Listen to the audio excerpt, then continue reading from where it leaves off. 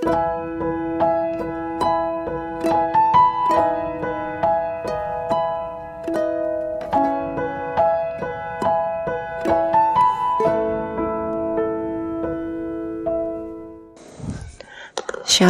saudara seiman. Malam ini saya mengucap syukur karena diberi kesempatan untuk dapat bersaksi atas kemuliaan Tuhan atas hidup kami. Boleh ya, saya ceritakan sedikit background dari keluarga saya. Saya adalah seorang istri dari seorang pengusaha, yang mana suami saya dari dahulu awal pernikahan sampai 14 tahun pernikahan kami selalu diwarnai oleh pertikaian, karena jalan pikir kami tidak sama.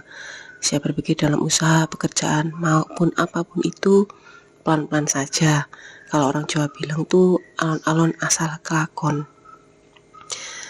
Tapi kalau suami berpikiran berbeda. Suami selalu berpikir kalau tidak ambil resiko gak akan berhasil. Go big or go home, kalau moto dunia sekuler.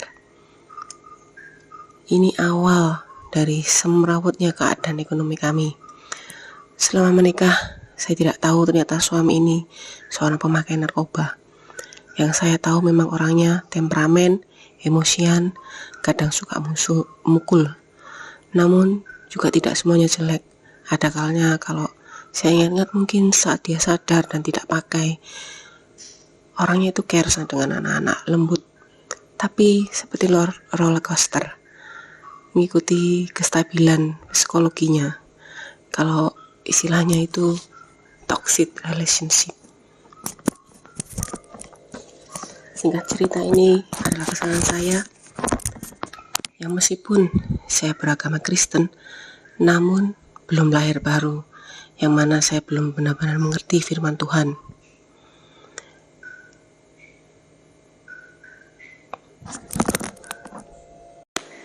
Karena keadaan seperti ini terus selalu bertikai, akhirnya membuat saya dalam kepahitan yang sangat amat. Karena jika saya tegur, hidup itu harus jujur, kerja keras jujur selalu. Jawabannya, tahu apa kamu cari uang? Bisa apa kamu cari uang buat keluarga?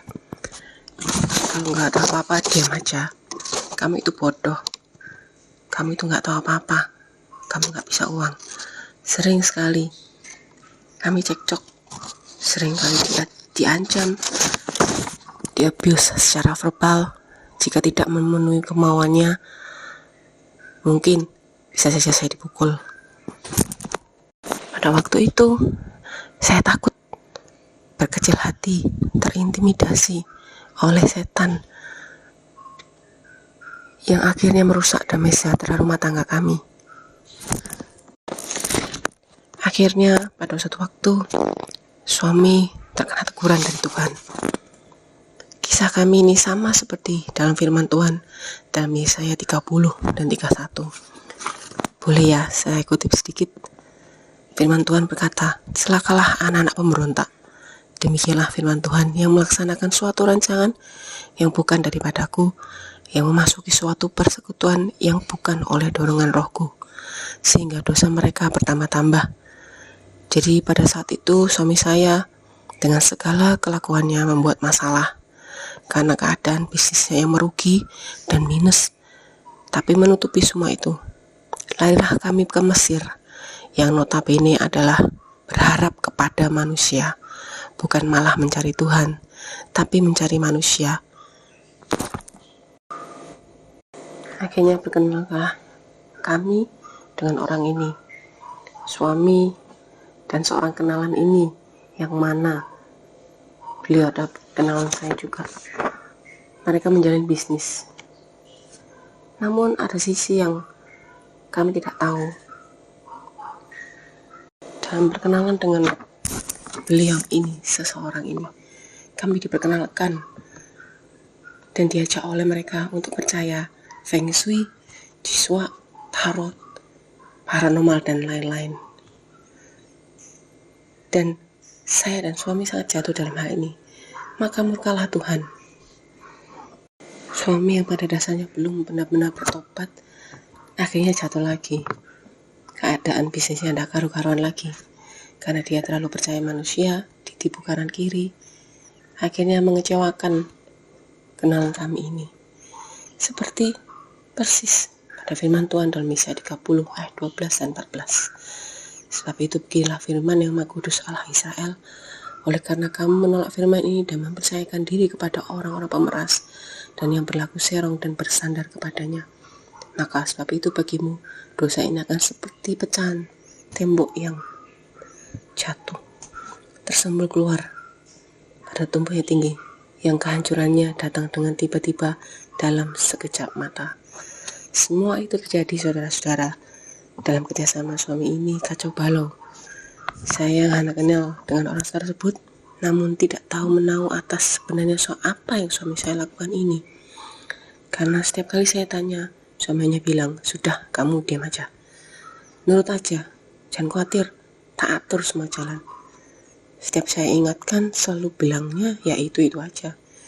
Ini, kalau dipikir-pikir sekarang, salah saya sebagai istri yang belum tahu firman Tuhan, gagal mengarahkan dan menasihati. Karena kepahitan, akhirnya kami jatuh dalam lembah yang kelam, yaitu penjara. Saya sebagai seorang istri yang sebenarnya tidak tahu apa-apa, ikut terseret dalam permasalahan ini. Karena orang yang membantu suami saya tidak terima, karena ulah suami saya.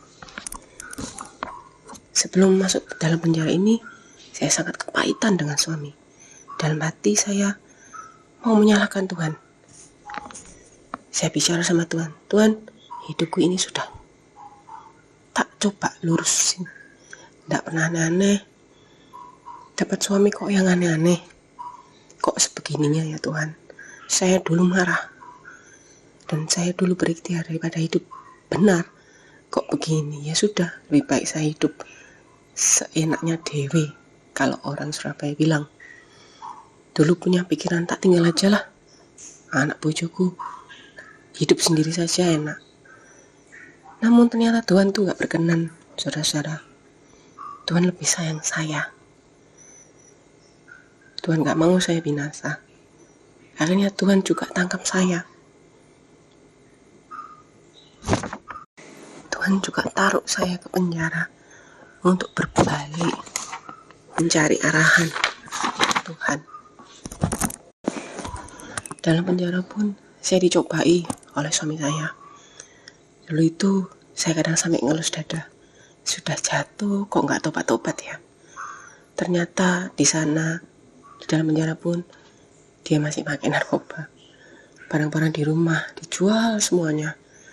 Nggak peduli anaknya di luar mau makan apa.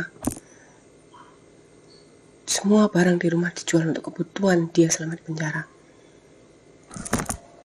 Saya kadang mikir, buat apa? Semua itu jual. Semua barang-barang saya pun, dari HP, kamera, semuanya, TV, sofa, semuanya habis dijual. Dulu saya dengar hutangnya banyak sekali di penjara, menipu kanan dan kiri. Karena kelakuan ini, Tuhan lebih lagi proses suami saya. Akhirnya dia dilempar ke lapas lain yang lebih susah dan lebih kecil. Disitulah awal permulaan pertobatan suami saya. Prosesnya dimulai. Sedangkan proses saya memang sakit secara daging. Merasa ada ketidakadilan. Awalnya kepahitan. Namun akhirnya saya mengerti. Inilah cara Tuhan untuk asah besi saya yang berkarat. Menebus semua dosa-dosa kami, buah dari dosa kami. Nama Tuhan luar biasa, saudara-saudara. Justru dalam lembah kekelaman ini, penyertaan Tuhan itu ada dan ajaib. Tuhan selalu tolong saya dengan cara-caranya. Sebelumnya saya juga sudah bercerita ya saudara, bahwa semua barang-barang di rumah itu sudah dijuali semua sama suami. Bahkan biaya saya pun saya tidak minta sama suami. Namun Tuhan tuh menolong saya dengan cara yang luar biasa. Saya tidak kurang satu apapun. Bahkan saya dipercaya oleh petugas-petugas di sana untuk menjadi pendamping. Banyak sekali keajaiban sana yang saya nggak bisa ceritakan satu persatu. Namun banyak sekali. penyertaan Tuhan atas saya. Singkat cerita, setelah saya keluar dari penjara pun, saya masih dicobai oleh suami saya. Suami belum keluar dari penjara. Ternyata setelah saya keluar, saya mendapat kabar dari teman-teman saya. Suami saya menipu kanan kiri, meminta uang mengatasnamakan saya, yang berpura-pura menjadi saya dan anak-anaknya.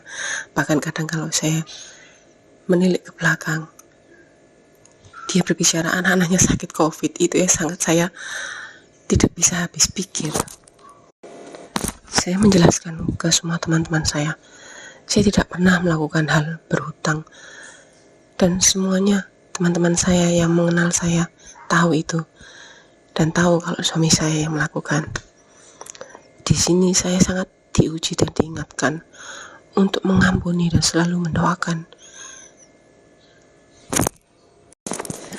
Dulu sempat saya mau berpikir untuk cerai saja. Rasanya sudah gak kuat. Tuhan udah di penjara kok gak ikut tobat-tobat. Anak-anak tidak digubris, malah dijadikan alasan untuk hutang. Keluarga semuanya kena getahnya. Tapi saya diingatkan kembali oleh seorang hamba Tuhan, dan seperti ditampar dalam Matius 6 ayat 14-15. Karena jikalau kamu mengampuni kesalahan orang lain, Bapamu di surga akan mengampuni kamu juga.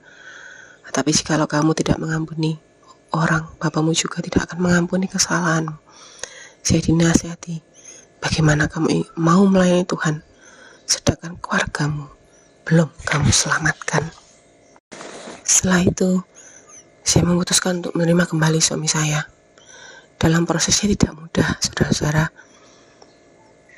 Pada saat sebelum suami saya bertobat, saya selalu dibimbing untuk berdoa dan mendoakan suami, dan minta Tuhan untuk diberi hati baru untuk saya, hati yang lebih mengasihi suami, hati yang sabar, hati yang lebih mencintai suami, hati yang lemah lembut.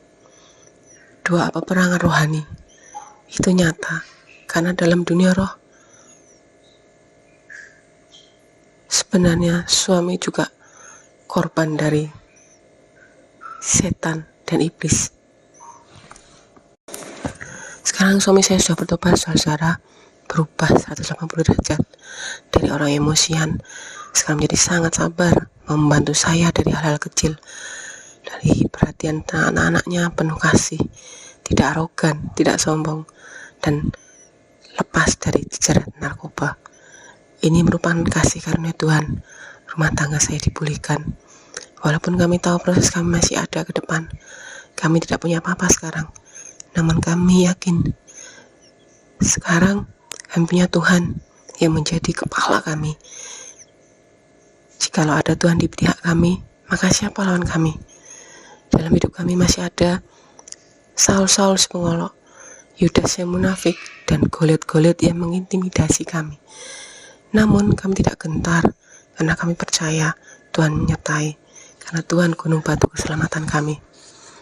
Jadi saudara-saudara seiman, sebagai istri kita adalah tiang doa bagi keluarga, incaran setan untuk dirubuhkan. Tapi kita harus berdiri tegak, beriman, berpengharapan, bangun hubungan intim dengan Tuhan, bangun misbah Tuhan, pujian, penyembahan, dan ucapan syukur, membaca, merenungkan firman, melakukan firman, maka senyata hidup kita akan beruntung dan dipulihkan, sebab tiada yang mustahil bagi Tuhan. Saudara-saudara, bagi yang berkesesakan sekarang ini, carilah Tuhan, jangan seperti saya mencari pertolongan manusia. Itulah menjadi kesalahan kami, kesalahan saya sebagai seorang istri yang tidak bisa mengarahkan keluarga saya untuk lebih mencari Tuhan. Janganlah bimbang saudara-saudara, karena Tuhan kita adalah Tuhan yang hebat. Dia mampu memulihkan saya, memulihkan rumah tangga saya, membuat suami saya berubah 180 derajat. Maka Tuhan kita yang sama ini akan mampu memulihkan saudara. Belakangan ini ada satu firman yang menjadi rema di kehidupan kami, yang kuat sekali tertanam di dalam hati saya. Dalam Yesaya 30 ayat 15, Dengan bertobat dan tinggal diam, kamu akan diselamatkan. Dalam tinggal tenang dan percaya terletak kekuatanmu. Itu saja saudara-saudara kesaksian saya. Segala puji hormat hanya untuk kemuliaan nama Tuhan, karena Tuhan Yesus kita adalah Tuhan yang baik, sangat baik dan teramat baik bagi saya. Dia adalah Tuhan yang baik dahulu, sekarang dan selamanya. Terima kasih saudara-saudara. Kiranya menjadi berkat dan penguatan. Tuhan Yesus memberkati. Oke, baik ya, Shalom. Terima kasih Bu Enen atas kesaksiannya. Nah, ada beberapa yang ingin saya tanyakan. Bagaimana perasaan Ibu ketika di dalam penjara harus terpisah dengan anak-anak begitu? Apakah pernah mencoba untuk hal-hal yang buruk, misalkan ya ingin mengakhiri hidup atau bagaimana begitu? Bisa diceritakan? Pada awalnya saya merasa kepahitan. Namun karena saya ditaruh di dalam itu mencari Tuhan, saya cari kehadiran Tuhan. Puji Tuhan, saya tidak pernah punya pikiran untuk melakukan hal-hal yang tidak dikenan oleh Tuhan. Jadi saya berusaha bersabar, memikul salib saya sampai pada saat proses itu selesai. Oke, Gitu. baik. Ya. Baik, puji nama Tuhan. Dan hari-hari ini keluarga sudah dipulihkan, semua hubungan suami istri dengan anak begitu sudah dipulihkan? Puji Tuhan, untuk hubungan keluarga kami, suami istri dipulihkan dengan luar biasa. Suami saya menjadi lebih sabar, menjadi orang yang penuh kasih kepada kami. Dan yang terpenting itu menjauh dari semua hal-hal yang negatif dan narkoba. Itu, Pak Frans. Oke, baik. Sekarang masalah ini, keuangan. Bagaimana usaha atau pekerjaan? Apakah sudah juga dipulihkan? Untuk pekerjaan kami pelan-pelan Tuhan memenuhi. Namun memang pada awalnya proses saya bisa keluar dari penjara itu saya seakan berdoa sama Tuhan, Tuhan saya tidak punya apa-apa, saya tidak punya siapa-siapa, tolong sertai saya. Namun Tuhan selalu mencukupi apapun yang saya dan anak-anak saya butuhkan. Dari hal-hal kecil, semuanya Tuhan butuh. Tuhan itu baik sekali, memenuhi semuanya. Dan pelan-pelan kami dipulihkan, saya diberi pekerjaan, suami saya mendapat pekerjaan, itu Tuhan bukakan jalan. Gitu Pak Frans. Oke, bagaimana perkenalan Ibu dengan Ibu Eli?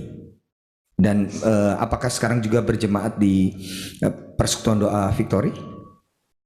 Iya Pak Frans, jadi saya berkenalan dengan Bu Eli itu pada waktu Bu Eli mengadakan pelayanan ke penjara. Beliau pada waktu berkhotbah di penjara, saya dekati, beliau baik sekali mau mendoakan saya, dan PD Victory itu sering sekali membawakan buku-buku renungan. Itu yang menjadi penguatan kami yang di dalam untuk selalu berpegang teguh beriman dan selalu berpengharapan sama Tuhan. Itu Pak. Oke, baik. Ini sudah kasus ini sudah berjalan Ibu sudah keluar dari penjara sudah di tahun ini ya, kalau nggak salah tahun ini ya, betul ya? Iya, betul. Oke, baik. Tentunya Tuhan sudah banyak sekali menolong ya selama setahun ini, terutama di masa pandemi seperti sekarang ini tidak mudah. Dan saya berdoa, kami semua berdoa ya, Ibu semua satu keluarga tetap sehat dan tetap diberkati oleh Tuhan. Ya, tetap sabar, semangat ya Bu NN ya. Oke, sampai ketemu ya. Tuhan Yesus memberkati, haleluya. Berikan tepuk tangan bagi kemuliaan nama Tuhan Yesus, haleluya. Baik, untuk selanjutnya kita akan sama-sama mendengarkan sharing firman Tuhan dari Ibu Gembala, Ibu Evangelis Eli Kurniawati. Tuhan Yesus memberkati, haleluya. Yuk kita berdoa terlebih dahulu. Bapak, terima kasih buat kesaksian yang begitu menguatkan kami belajar Tuhan untuk kami tetap sabar menantikan waktu Tuhan.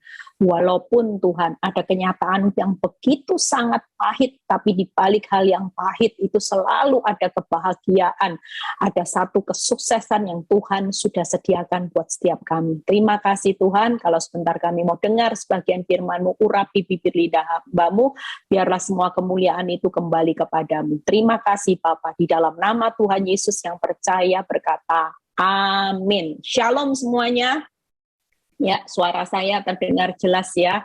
Kita percaya bahwa kesaksian ini akan memberikan kita satu peneguhan ya, bahwa di balik setiap proses, walaupun terlihat di penjara ya, walaupun itu proses sepahit apapun, ketika kita hancur hati, ketika kita bertobat sungguh-sungguh, hancur hati cari datang kepada Tuhan, walaupun proses ini masih berlanjut, percayalah selalu ada kata kebahagiaan ya. Itu sebabnya hari malam ini saya akan berkhotbah tentang proses atau kebahagiaan. Proses itu suatu kesuksesan atau kebahagiaan yang tertunda ya. Jadi buat kita yang hari ini ngalami proses yang berat seperti Bu NN tadi, tidak usah takut. Ujung-ujungnya tetap satu kebahagiaan. Ujung-ujungnya kesuksesannya apa? Sukses suami bertobat, suami cinta Tuhan, rumah tangga dipulihkan. Tapi yang namanya kerugian, rasa sakit ada.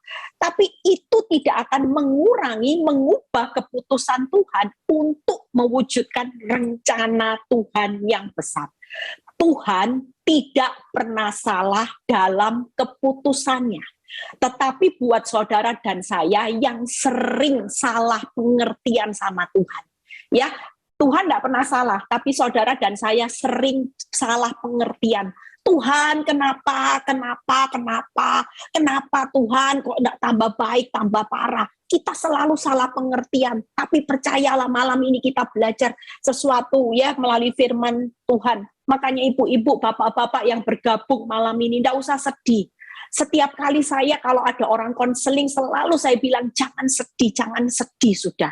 Orang sedih itu jadi sasaran empuknya iblis. Boleh nangis, syok, karena kaget lihat badai, boleh saudara.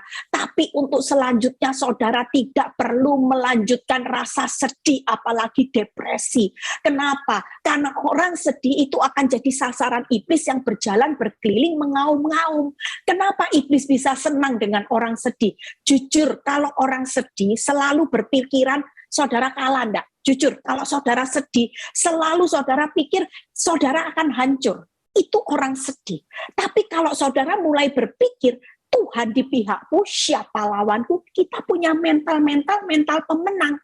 Apapun yang terjadi, selama kita punya Tuhan, kita tetap percaya, walaupun ini hancur, walaupun direkakan yang jahat, tetap di tangan Tuhan. Itu akan menjadi suatu kemenangan, sorak-sorai yang gilang gemilang, dan semua rekaan yang jahat, itu akan direkakan kebaikan. Nah, itu yang membuat iblis gemetar. Tapi kalau orang sedih, jelas mentalnya apa? Aku bakal hancur, aku bakal kalah, aku bakal terpuruk, aku bakal rugi, aku bakal bangkrut, rumah tanggaku bakal hancur. Itu sasaran iblis, saudara. Kalau orang sudah sedih, iblis tahu ini punya kekuatan, gampang dihancurkan. Tapi coba iblis datang dengan fakta yang buruk, dicoba sih. Oh, berhasil, sedih, datang lagi. Tapi coba setiap kali saudara berhadapan dengan fakta yang buruk, saudara tetap bilang gini, selama Tuhan di pihakku, fakta buruk tidak akan mengubah keputusan Tuhan. Keputusan Tuhan dalam hidupku selalu yang terbaik. Lepas masalahmu boleh hancur-hancuran, tapi buat Tuhan tidak pernah punya keputusan untuk menghancurkan hidup saudara dan saya. Lebih-lebih masa depan saudara akan dibuat suram, madesu, masa depan yang nggak punya pengharapan. Oh, itu sudah nggak ada sama sekali di dalam kamus mengikut Kristus. Itu sebabnya malam ini yuk kita percaya bahwa proses hidup sesulit apapun itu adalah kesuksesan atau kebahagiaan yang tertunda. Yuk buka ayatnya di Mazmur 84 ayat 6 dan 8. Itu tadi Bu NN bilang di lembah. Kita ini tidak suka jalan di lembah kekelaman, lembah baka, tidak suka. Pikiran kita lembah-lembah itu buat hidup kita susah, buat hidup kita hancur. Siapa yang bilang? Yuk kita baca. Berbahagialah, Mazmur 84 ayat 6 dan 8. Berbahagialah manusia yang kekuatannya di dalam Engkau, yang berhasrat mengadakan ziarah. Lihat ya, hari ini kata berbahagia, seberat apapun proses hidupmu, ketika engkau punya kekuatan mengandalkan Tuhan, tenang aja. Saudara dan saya pasti berbahagia. Itu sudah jaminan Tuhan. Saudara, hari ini kenapa hidupmu bisa stres, bisa terpuruk? Karena kekuatanmu bukan di dalam Tuhan. Kekuatanmu di dalam kekuatan mengandalkan diri sendiri, mengandalkan saudara, mengandalkan manusia, mengandalkan toko, mengandalkan suami. Kita hari ini akan menjadi orang yang berbahagia ketika kekuatan kita di dalam Tuhan. Ini firman Tuhan. Lihat ya, apabila melintasi lembah baka, loh. Ya, kita ini bisa melintasi lembah baka, bisa orang benar melintasi lembah kekelaman, lembah maut. Lembah apa lagi saudara? Bisa saudara. Tapi lihat firman Tuhan, mereka membuatnya menjadi tempat yang bermata air. Itu luar biasanya. Hari ini jangan takut menghadapi proses air mata. Karena pada akhirnya saudara akan bertemu dengan mata air. Saudara, ada satu kesuksesan kebahagiaan yang tertunda di balik proses. Itu sebabnya itu yang pertama. Yang kedua, bahkan hujan pada awal musim menyelubunginya dengan berkat. Proses itu seperti sebuah kado yang luarnya itu buruk, nggak enak, luarnya itu sakit. Tapi saudara perlu tahu di balik itu ada diselubungi dengan berkat. Itu sebabnya hari ini siapapun saudara dan saya mengalami kehilangan, kerugian, milikilah mental, jangan sedih. Sudahlah, pikirkan, bukan hancur. Mulai hari ini pikirkan, katanya Bu Eli, mata air. Air mata jadi mata air. Kehilangan, kerugian diselubungi berkat. Yang dipikirkan jangan ruginya, jangan hancurnya, jangan terpuruknya, jangan hidupmu madesu. Tapi yang dipikirkan mata air diselubungi berkat. Lihat kata-kata ayat 8-nya. Mereka berjalan makin lama makin kuat, hendak menghadap Allah di Sion. Itu sebabnya kita semua hari ini kalau menghadapi lembah baka, itu berbicara apa? Air mata, kehilangan, kerugian, rasa sakit. Kita hari ini pastikan kita akan jadi orang yang berbahagia ketika kita tinggal di dalam kekuatan Allah. Tanpa kekuatan Allah, kita nggak sanggup melewati lembah baka. Jujur saya sanggup nggak melewati proses lembah baka, sakit, kehilangan, kerugian. Nggak sanggup, saudara. Tapi ketika saya tinggal di dalam kekuatan Tuhan, jujur, saya jadi orang yang berbahagia. Kita semua hari ini pasti jadi orang yang berbahagia. Kenapa? Karena pikiran saya berbahagia. Lawang ketemunya air mata, ketemunya mata air. Ketemunya kehilangan, kerugian, ketemunya lagi diselubungi berkat. Berkat bukan berbicara materi, berkat jasmani, berkat rohani, melimpah, damai sejahtera, hidup makin kuat, itu berkat saudara. Seperti suami Bu NN, di balik jeruji penjara, X bisa menjadi pertobatan. Kira-kira Tuhan seneng waktu dia sukses atau waktu suaminya terpuruk? Jauh Tuhan lebih bangga ketika dengan proses ternyata hidupnya bisa jadi sukses, jadi orang benar, daripada sukses secara materi tapi tidak jadi sukses secara orang benar. Hidupnya kenal Tuhan tapi orang fasik. Buat apa saudara? Malam ini kita percaya, kita ini mau kejar sukses di hadapan Tuhan. Kita mau jadi orang yang sukses, benar-benar sukses melalui proses. Itu ketika saudara menghadapi proses, saudara yang dirubah adalah hidup saudara, hidup dalam perkenanan Tuhan. Jadi hari ini 3 hal yang akan saya bahas, yaitu yang pertama, proses itu adalah kebahagiaan atau kesuksesan yang tertunda karena 3 hal. Menikmati mata air di balik air mata. Tuhan pasti baik. Tidak mungkin kalau Tuhan yang baik tidak mengubah air matamu jadi mata air. Yang kedua, menikmati berkat di balik kerugian kehilangan. Kenapa? Karena Tuhan itu setia memperjuangkan perkara saudara dan saya. Saudara tidak setia, tapi Tuhan setia. Apakah waktu di penjara suami istri Bu NN ini Tuhan tidak setia? Setia, saudara. Nunggui kapan sih kamu kembali sama aku? Kapan sih hidupmu mau berubah? Aku ini yang tidak tahan loh lihat kamu di penjara. Senyatanya aku juga kepingin memberikan berkatku. Tapi aku tahan. Kenapa? Karena aku lihat hidupmu belum berubah. Nanti kalau aku berkati, hidupmu makin tidak berubah, aku makin kehilangan anak-anak yang aku kasihi makin jauh. Jujur Tuhan pasti bangga dengan perubahan suami Bu NN lewat perjuangannya. Coba kalau Bu NN tidak berani bayar harga jadi istri yang teguh, melepaskan kebenciannya, melepaskan pengampunannya. Kira-kira Bu NN bisa nggak lihat suaminya bertobat? Nggak bisa, saudara. Yang ketiga, yaitu menikmati bentukan Tuhan di balik rasa sakit, membuat saudara dan saya berjalan makin lama makin kuat. Bukan makin loyo, tapi kuat. Orang yang kuat itu jelas, saudara.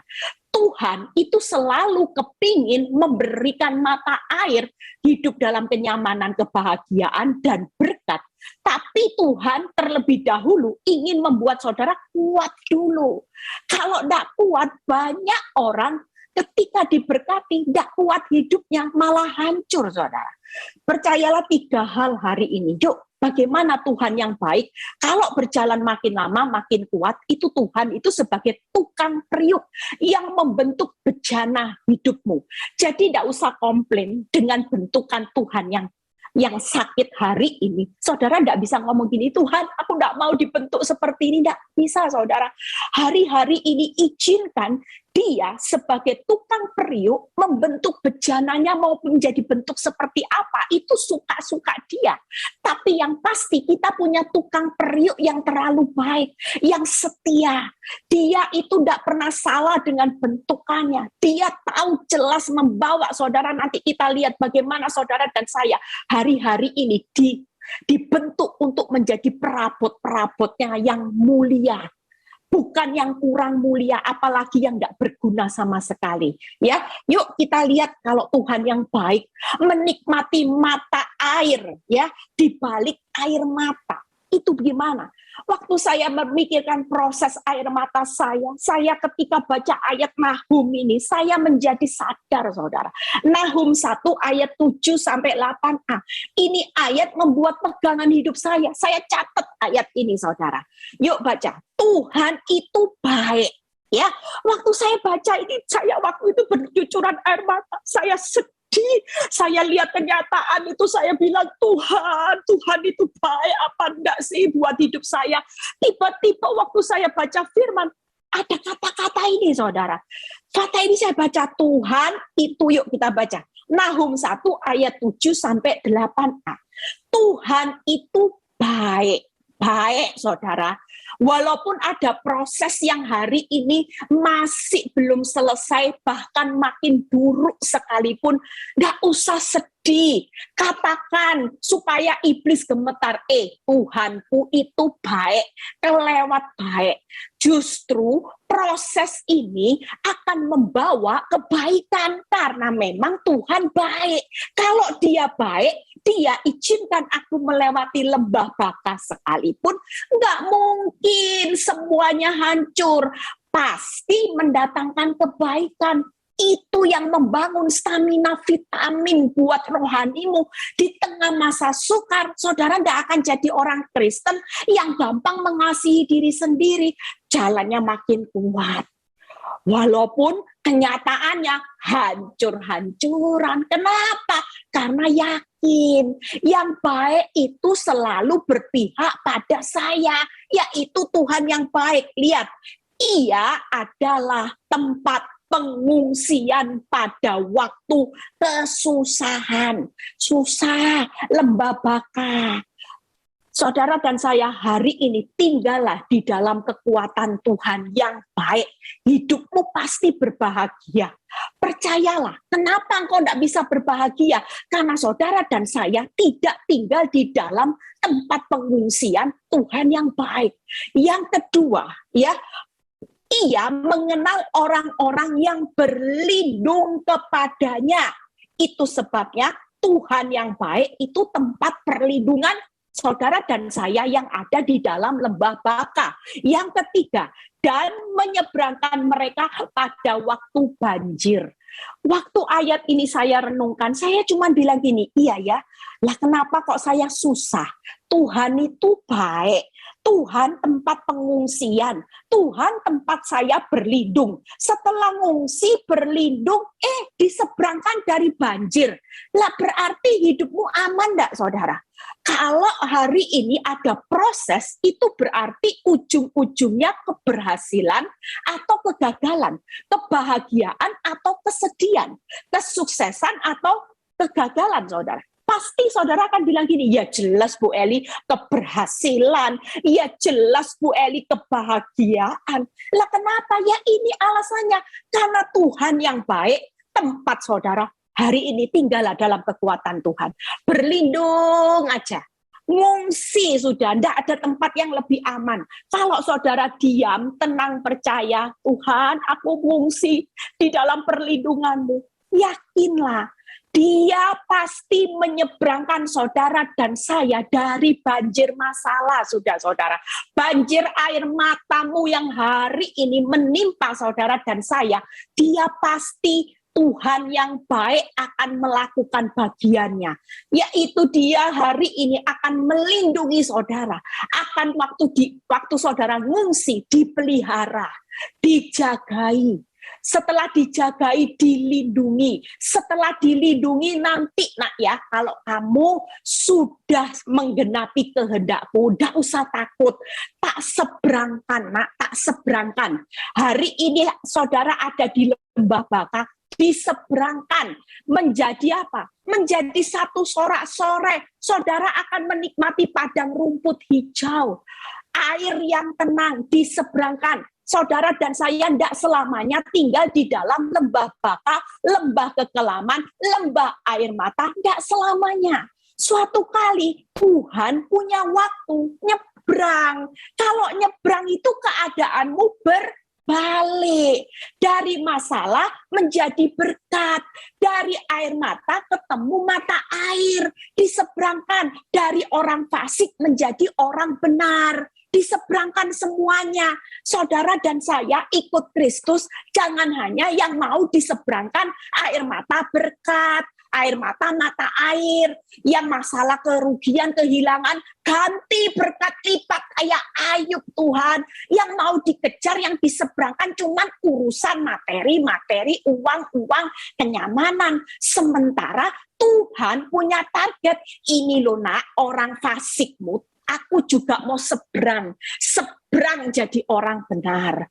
Supaya hidupmu jangan hanya pikirannya berkat. Berkat itu sudah pasti. Aku Tuhan yang baik, nggak mungkin aku nggak berkati orang benar. Lawang aku ini Tuhan yang baik.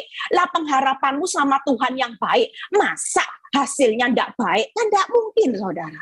Tapi kenapa ini penundaan? Karena Tuhan juga mau menyeberangkan engkau yang selama ini bukan jadi orang Kristen yang sungguh-sungguh, cuman sebagai orang Kristen yang rajin mendengarkan firman, tapi tidak ngelakuin firman. Nah, itu yang Tuhan juga mau. 3 hal ini, saudara, akan jadi satu kesatuan. Saudara dan saya, kalau kepingin lihat proses berakhir dengan kesuksesan dan kebahagiaan, saudara dan saya harus memiliki 3 hal ini. Saudara tidak bisa hanya kejar mata air, yang dikejar berkat. berkat. Tapi yang satu ini enggak usah ya Tuhan. Aku enggak mau makin lama makin kuat. Sudahlah enggak apa-apa. Separuh-separuh lah Tuhan. Hidup dalam dosa lah. Wong enak loh Tuhan. Dosa itu enak, nyaman. Enggak apa-apa ya Tuhan. Ada dosa-dosa tertentu yang aku enggak bisa hilang Tuhan. Tapi yang ini bisa. Aku enggak bunuh. Aku ya enggak curi uang ratusan juta loh Tuhan. Cuman dikit-dikit, 1 juta, 2 juta, 5 juta, bukan koruptor besar. Tidak bisa, saudara. Dosa besar, dosa kecil tidak ada. Yang namanya di pemandangan Kristus. Sekali saudara pilih orang benar, semua dosa apapun itu tidak berkenan di hadapan Tuhan. Makanya melalui proses ini, Tuhan tetap mau menyeberangkan saudara dan saya ke hari esok yang pasti luar biasa indahnya. Tapi saudara dan saya hari ini juga rela dibentuk lewat proses. Amin, saudara. Yang kedua, bagaimana menikmati berkat di balik kerugian, kehilangan, yaitu Tuhan itu setia. Percayalah, kalau Tuhan setia, Dia pasti memperjuangkan perkara saudara dan saya hari ini menjadi satu berkat yang Dia akan pulihkan. Yuk kita baca Mazmur 145 ayat 13b dulu ya. Mazmur 145 ayat 13b ya. Tadi saya ada kesaksian. Saya tadi ketemu sama satu orang ya, luar biasa. Saya dengar kesaksian tadi ada 2 orang yang ketemu saya siang tadi sebelum saya persiapan Zoom.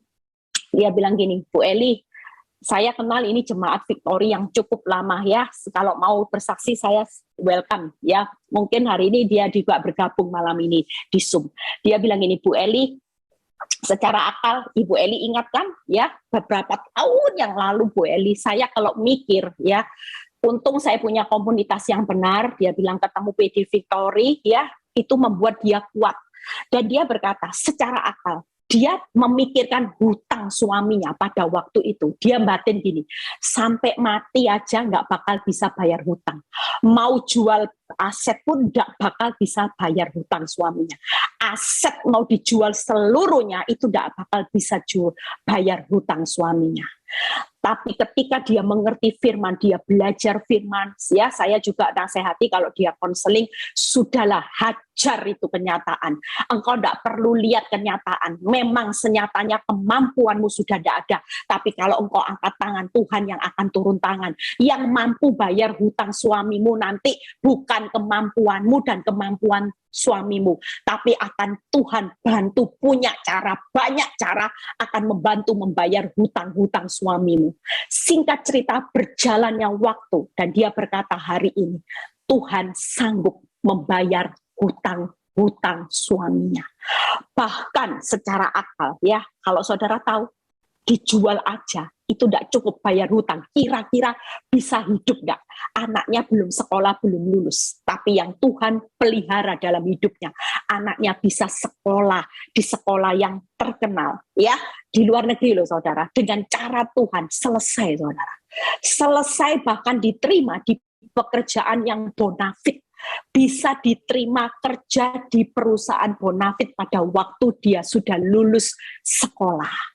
Itulah pemeliharaan Tuhan. Dia berkata gini, dulu saya suka konsumsi obat tidur.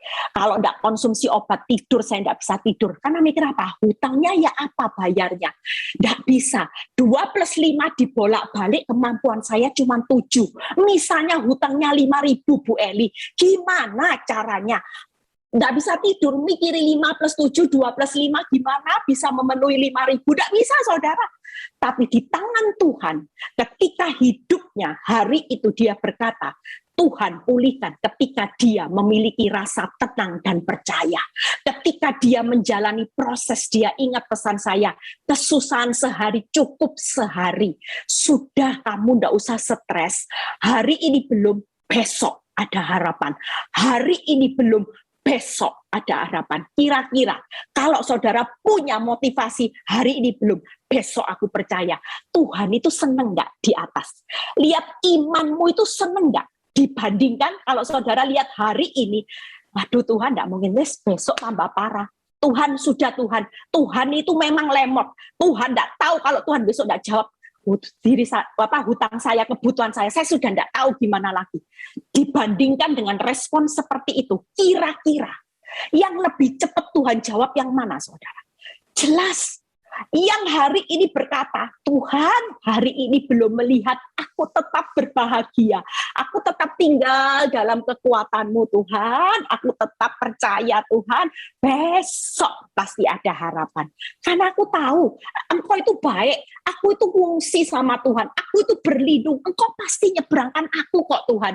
Kira-kira Tuhan disenangkan dengan respon yang mana? Bersungut-sungut atau yang yakin sama Tuhan? Jelas, waktu saudara yakin dan saudara berkata, yes, besok pasti ada pengharapan. Hari ini belum, besok Tuhan.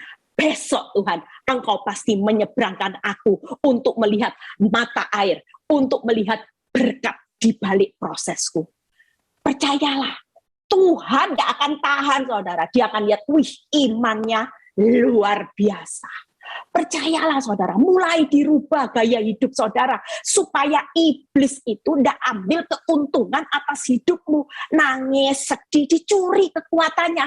Coba kalau orang sukacita, syukur, punya pengharapan, yes, besok Tuhan, yes, hari ini belum, besok Tuhan, yes, diseberangkan, yes, yes, yes. Oh, jalannya seperti saya, makin lama makin sukacita, ya, makan dikit jadi daging, gemuk mukanya, pipinya sampai cempluk. Orang kalau tanya gini, Bu Eli, kok pipinya tambah cabi? Ya, ini tandanya saya dipelihara Tuhan luar biasa, sampai muka saya tambah cabi, ya.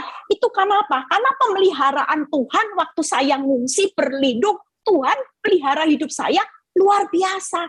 Masalahnya, oh haleluya, haleluya. Kalau orang tanya, Bu Eli, gimana masalah? Oh haleluya, haleluya. Lu, tadi aku baru lihat tuh, suamimu bla bla bla. Oh enggak apa-apa, hari ini belum, oh besok pasti. Lama-lama orang kepo capek, saudara. Benar, saudara. Satu kali ada orang yang kepo sama saya, ya. Dia bilang gini, El, kamu tahu ya, aku loh ketemu suamimu sama si ini duduk berdua lagi. Saya jawabnya ringan aja. Saya tahu dia pikirannya mau jatuhin mental saya. Lawang ini mentalnya anak Tuhan, mental pemenang, mau dikasih hal-hal yang kepo kecil. Saya bilang gini, kamu tahu ya, saya ini proses sama Pak Nyoto sudah berapa tahun? 10 tahun lebih kan? Ya. Kalau kamu lihat Pak Nyoto jalan sama wanita, ya enggak usah kaget. Kalau kamu lihat dia jalan sama saya, lah itu baru kamu kaget. Dia enggak bisa ngomong, saudara. Saya memang responnya saya bikin seperti itu dalam hati saya. Saya cuman bilang gini, tapi ditutupnya dengan iman saya. Kamu tahu ya, kamu melihat apa yang enggak kamu lihat. Saya tetap tenang. Mau kamu tunjukin bukti suami saya jalan sama wanita siapapun, saya tidak akan goyah. Kok bisa? Ya karena pengharapan saya bukan sama Pak Nyoto, pengharapan saya sama Tuhan Yesus yang sudah jamin kemenangan, pemulihan di akhir hidup saya.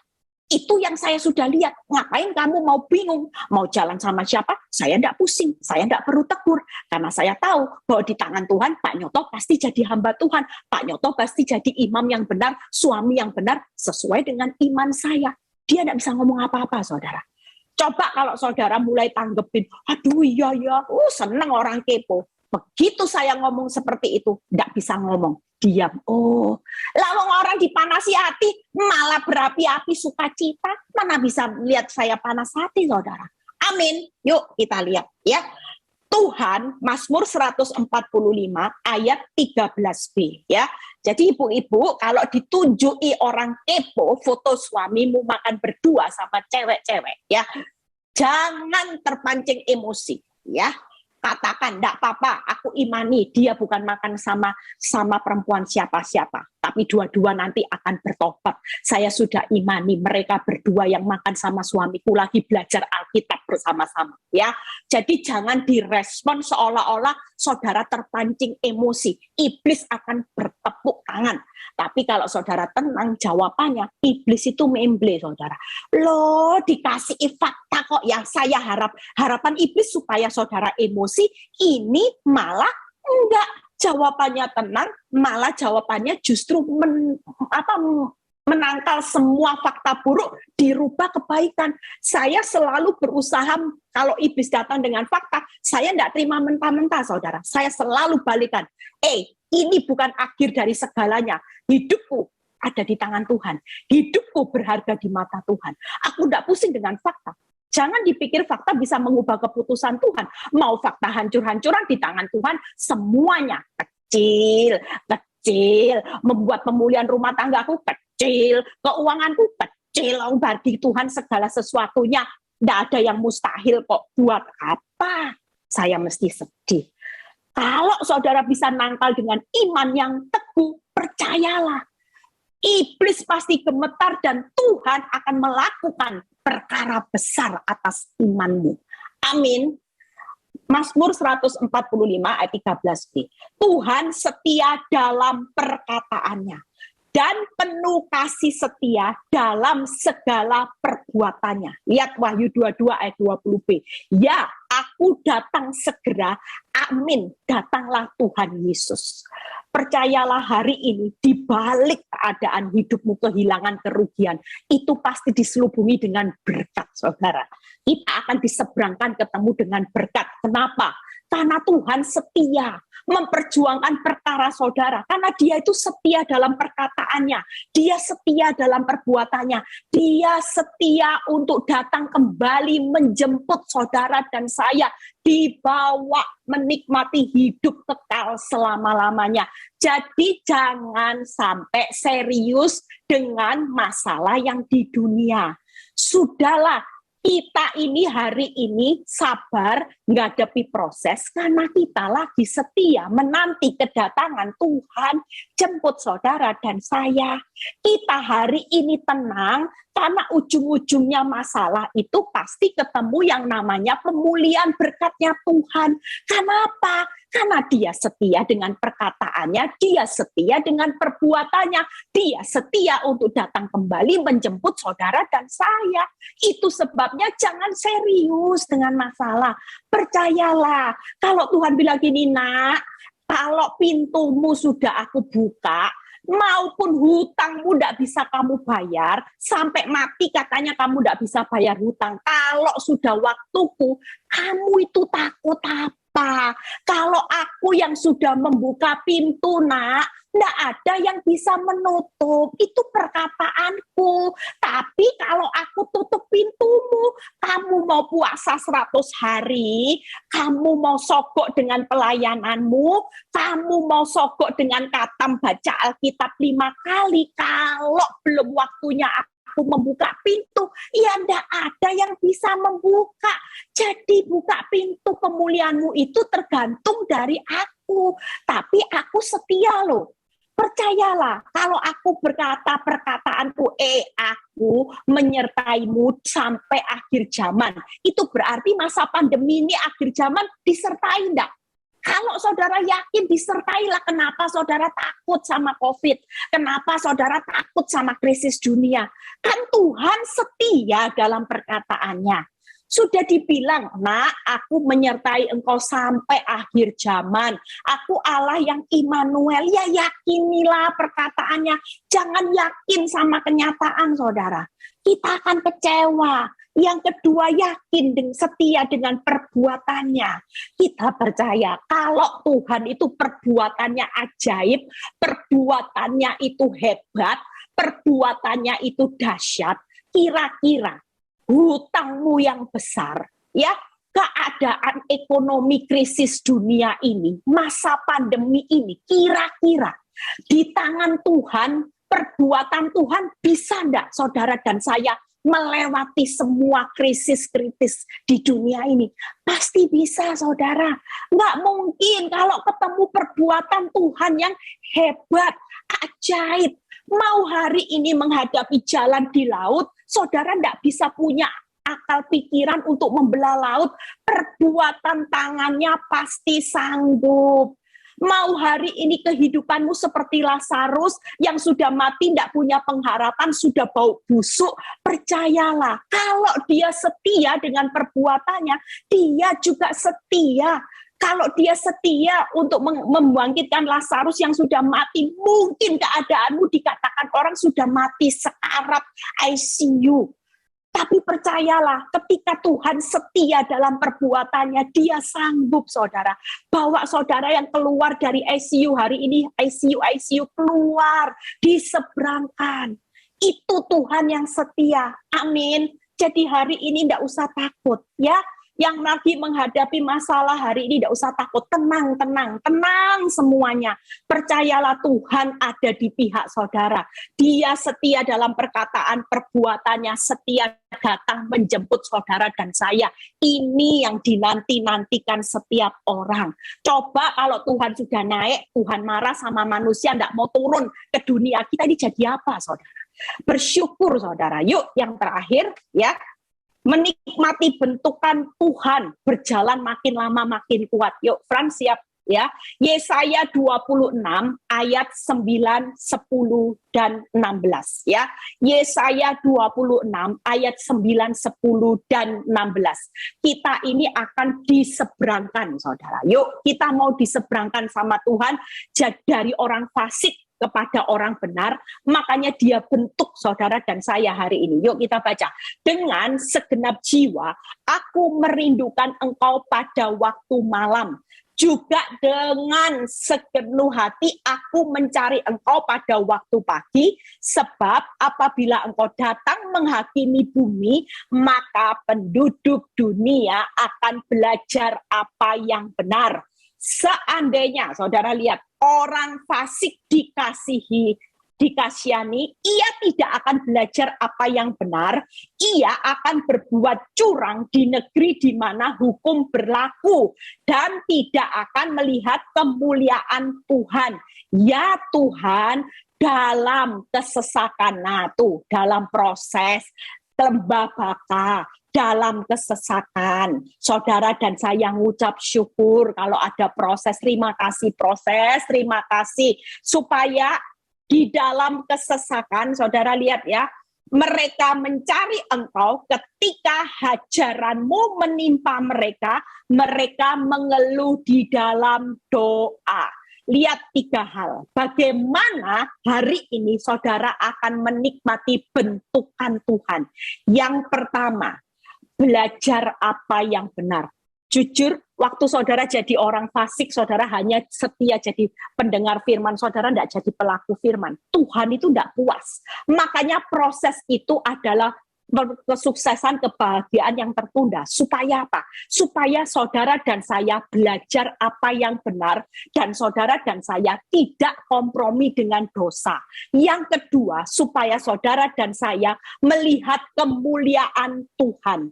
Yang ketiga, supaya saudara dan saya hari-hari ini makin intim dengan Tuhan, masuk di dalam penyembahan doa. Itu target Tuhan. Kita percaya bahwa hari ini, yuk kita ini akan menikmati bentukannya Tuhan, yaitu belajar apa yang benar, tidak kompromi dosa, melihat kemuliaan Tuhan. Nggak mungkin kalau orang fasik bisa berjalan dari kemuliaan demi kemuliaan.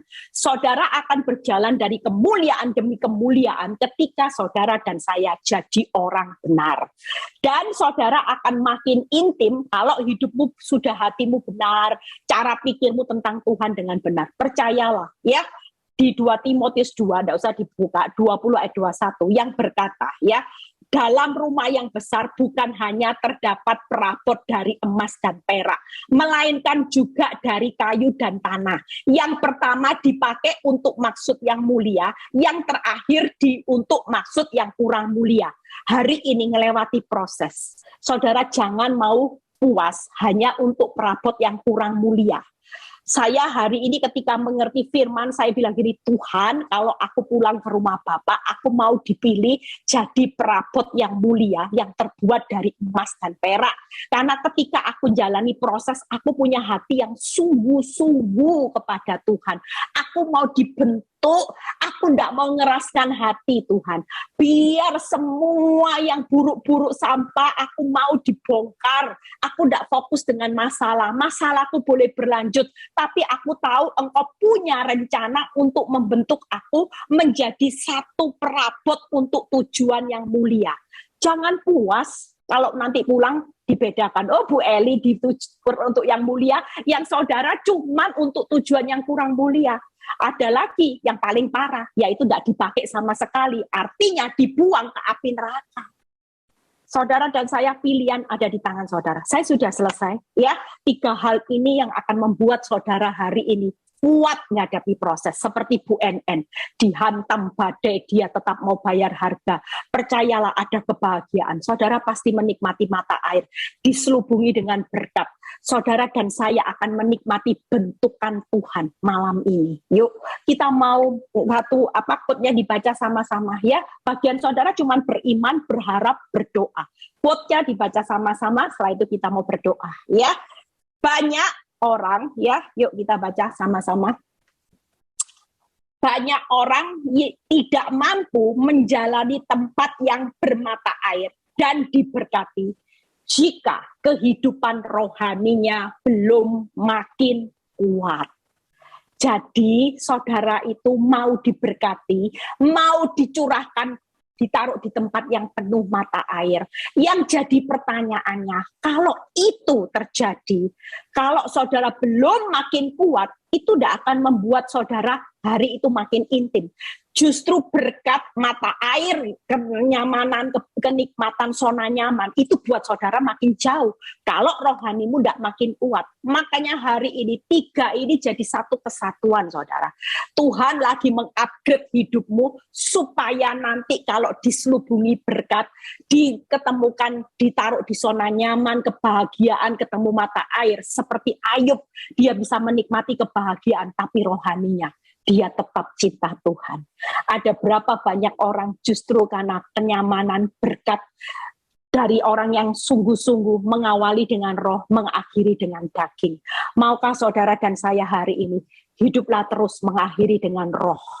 Apapun terjadi, berkat semua yang kenyamanan itu bukan satu-satunya tujuan saudara kejar hidup di dunia. Kenapa? Kalau mati ditinggal, tidak dibawa saudara. Yang dibawa yaitu hidup yang makin lama makin kuat. Itulah kehidupan yang berakhir dengan roh. Amin. Yuk, kami mengucap syukur buat malam ini. Kami tahu di akhir zaman kami sedang membangun kekuatan. Kami tidak bangun kerajaan apapun, kerajaan bisnis, kerajaan harga diri, kerajaan kesuksesan. Semua ini akan kami tinggalkan Tuhan. Ketika kami tahu kami sudah di akhir zaman. Yang perlu kami bangun bukan kerajaan, kekayaan kami, kesuksesan, nama baik, kebahagiaan, kenyamanan. Tapi yang perlu kami bangun adalah kekuatan kami di dalam Tuhan. Kami tahu Tuhan bahwa setiap proses yang Kau izinkan dalam kehidupan kami tidak pernah berakhir dengan kehancuran. Engkau berkata, nak, Engkau adalah orang yang berbahagia. Yang aku mau hari-hari ini bangun kekuatan di dalam aku. Karena di luar aku Engkau tidak akan bisa mampu berjalan sendiri di masa-masa tersulit ini. Dan aku akan izinkan proses supaya Engkau berjalan makin lama makin kuat. Percayalah, di balik air matamu itu selalu ada mata airku. Di balik kehilanganmu, aku sedang menyelubungi sesuatu yang kau lihat itu terlihat rasanya sakit Tuhan, rugi Tuhan. Tapi pernahkah engkau tahu bahwa itu terselubungi dengan berkat? Ada kebahagiaan, ada berkat, ada damai sejahtera, ada sukacita yang sudah aku sediakan buat setiap kehidupan anak-anakku. Dan percayalah engkau juga akan menikmati bagaimana engkau akan berjalan makin lama, makin kuat. Engkau tidak akan mudah diombang-ambingkan dengan fakta yang buruk atau masalah. Tapi engkau akan melihat kekuatanku. Engkau akan melihat badai hidupmu itu tidak akan membuat engkau gampang untuk dihancurkan oleh iblis. Karena iblis sedang bergiat-giatnya untuk mencari anak-anak Tuhan untuk dihancurkan. Terima kasih Bapa, kami mengucap syukur biar kami belajar Tuhan untuk kami tahu bahwa Engkau itu Tuhan yang baik. Engkau tempat pengungsian perlindungan yang akan menyeberangkan kami dari banjir masalah Tuhan. Kami akan diseberangkan dan kami akan melihat di depan selalu jauh lebih baik walaupun proses itu menyakitkan, tapi kami tahu bahwa proses itu adalah kebahagiaan yang tertunda. Kami juga tidak perlu takut karena kami punya Tuhan yang baik, Tuhan yang setia, bahwa Engkau setia hari-hari ini walaupun masalah kami bertambah berat. Itu bukan berarti mengurangi kesetiaanmu sebagai Tuhan, tapi Engkau setia dalam perkataan, perbuatan, dan Engkau setia untuk datang menjemput kami Bapa. Itu sebabnya kami tidak perlu takut dengan dunia ini yang menuju kehancuran. Kami akan selalu aman. Bahkan kami akan melihat bagaimana hidup kami Tuhan untuk belajar apa yang benar. Kami tidak mau kompromi dengan dosa Tuhan. Kami tidak mau hidup di dalam dosa Tuhan. Kami akan belajar untuk melihat kemuliaan Tuhan. Semakin hari kami diperbaharui. Terima kasih Bapa, biarlah anak-anak-Mu yang hari ini mengalami masalah ekonomi. Kami tidak takut. Kami akan melihat proses ekonomi, keuangan kami, itu adalah satu keberhasilan, kebahagiaan yang akan kami nikmati bersama Tuhan. Yang sakit Tuhan sembuhkan, yang mengalami masalah rumah tangga, kami akan dipulihkan, kami akan melihat anggur yang manis dalam hidup rumah tangga kami.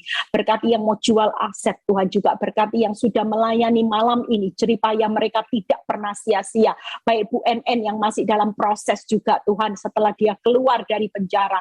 Kami percaya Tuhan, ketika pertobatan terjadi, kami tahu bahwa berkat apapun Tuhan, pemulihan kebahagiaan yang berlipat-lipat Engkau sudah sediakan buat keluarga ini Tuhan. Terima kasih Bapa, terpuji nama-Mu Bapa. Yuk kita angkat kedua tangan.